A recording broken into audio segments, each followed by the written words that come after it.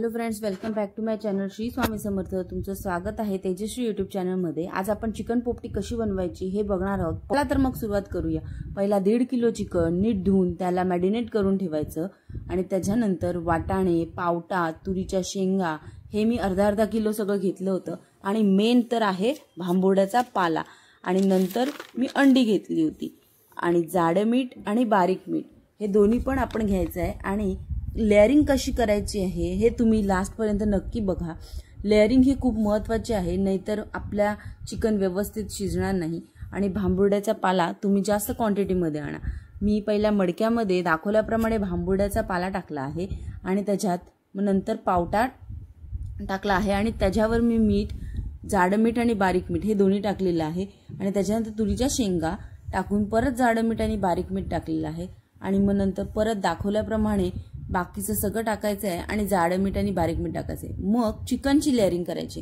माझ्याकडे 1.5 kilo chicken असल्यामुळे मी ते एकत्रच टाकणार आहे। जर तुमच्याकडे 2 किलो चिकन असेल तर तुम्ही 2 लेयरिंग करू शकता। मी एकच लेयरिंग करते आहे।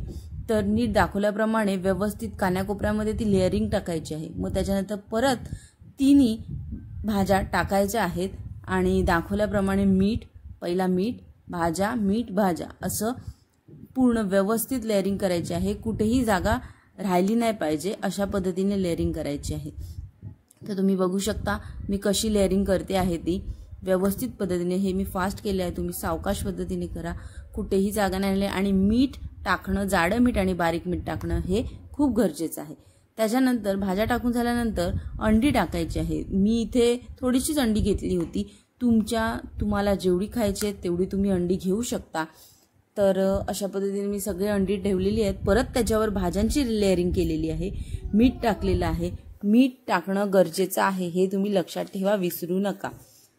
भाजी कमी पडू देता कामा नये। जर तुम्हाला जास्त भाज्या आवडत असतील तर तुम्ही जास्त भाजी घेऊ शकता। मी लास्टला भाजीची लेयरिंग करून त्याच्यावर मीठ टाकलेलं आहे आणि मीठ टाकून झाल्यानंतर दोन्ही मीठ टाकलेलं आहे आणि मग लास्टला सील करायचं आहे भांबुर्ड्याच्या पाल्याने। आम्ही हे मुंबईत करत असल्यामुळे आम्हाला भांबुर्ड्याचा पाला जास्त मिळाला नाही, म्हणून आम्ही जेवढे भांबुर्ड्याचा पाला आणला होता तेवढाच भांबुर्ड्याचा पाला टाकून सील केलेला आहे। पण आम्हाला भीती ही होती की जर हे उपडी ठेवल्यानंतर जर कुठे पडलं बाहेर तर मग काय करायचं, म्हणून आम्ही फॉईल पेपरच्या मदतीने त्याला सील केलेलं होतं।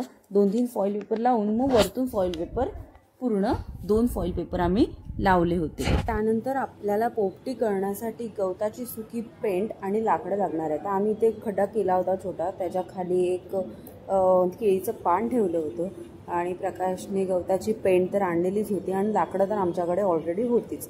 तर आम्ही एकावर एक जसं दाखवते त्याप्रमाणे रचत गेलो आणि व्यवस्थित आग पेटली पाहिजे त्याप्रमाणे गवताची पेंट आणि हे टाकायचं आहे। सगळीच एकत्र नाही टाकायची, थोडी थोडी करून टाकायची आहे, कारण की आपल्याला अर्धा तास तरी ते जळवत ठेवायचे। मग प्रकाशने पेटवलं व्यवस्थित, जशी आपण शेकोटी करतो तशीच पेटवायचं आहे। जर तुमच्याकडे व्यवस्थित जागा असेल मुंबईमध्ये तर तुम्ही हे करू शकता, नाहीतर जिथे मोकळी जागा असते त्या ठिकाणी हे करावे, कारण की खूप शेकोटीसारखी मोठी आग लागते।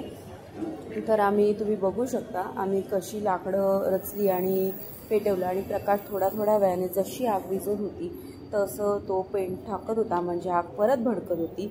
मग अशा रीतीने ती व्यवस्थित मडकं आणि चिकन व्यवस्थित शिजलं जातं आणि आतल्या भाज्या त्या पण खूप व्यवस्थित पद्धतीने शिजतात। तुम्ही बघू शकता व्हिडिओमध्ये की प्रकाश थोड्या वेळाने जशी आग कमी होते तशी पेंट टाकत चाललं आहे, लाकडं टाकत चाललं आहे, म्हणजे ती व्यवस्थित आग लागेल।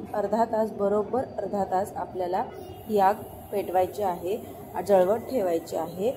अर्धा तासानंतर आग आपोआप शांत होईल आणि मग आपण ते काढायचं आहे। तुम्ही बघा व्हिडिओमध्ये व्यवस्थितरित्या की तो कशी पेंढी आणि गवताची पेंढी आणि लाकडं टाकतोय ते। न चुकता एक माणूस त्यासाठी लागणार, न चुकता तुम्ही त्याच्यावर लाकडं आणि गवताची पेंढी टाकत जा, म्हणजे ती शेकोटीसारखी व्यवस्थित आग लागेल।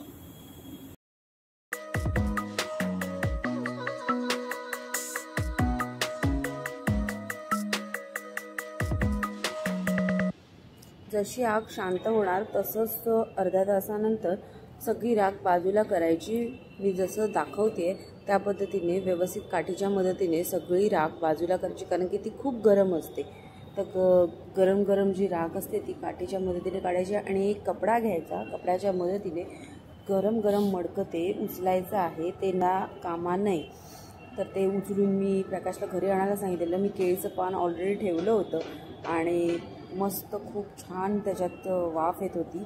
प्रकाशने हळूहळू केळीच्या पानावर ते पलटी केलं, कारण की ते खूप गरम असतं. त्याच्यानंतर जिजूंनी व्यवस्थित अंड फोडून दाखवलं की प्रूफ की व्यवस्थित शिजतं आहे की नाही. यासाठी चिकन पण छान शिजलं होतं आणि अंड पण छान शिजलं होतं. तुम्ही बघा या व्हिडिओमध्ये की हे अंड किती व्यवस्थित फोडलं. त्यांनी हाताने तोडून दाखवलं तर ते मस्तपैकी फुटलं. आणि आम्ही मुंबईमध्ये पहिल्यांदाच बनवलं होतं. प्रकारचा एक्सपिरियन्स पण एवढा छान होता, एक्सप्रेशन पण छान देत होता आणि सर्वांनाच खूप आवडली. मग मला सांगितलं टेस्ट करून बघायला आणि मुंबईमध्ये आम्ही ही पोपटी बनवली तर आम्हाला खूपच आनंद झाला. तर मी म्हटलं चला तुमच्याबरोबर व्हिडिओ शेअर करूया आणि तुम्हाला जर ही व्हिडिओ आवडली असेल तर लाईक करा, शेअर करा आणि सबस्क्राईब करायला विसरू नका.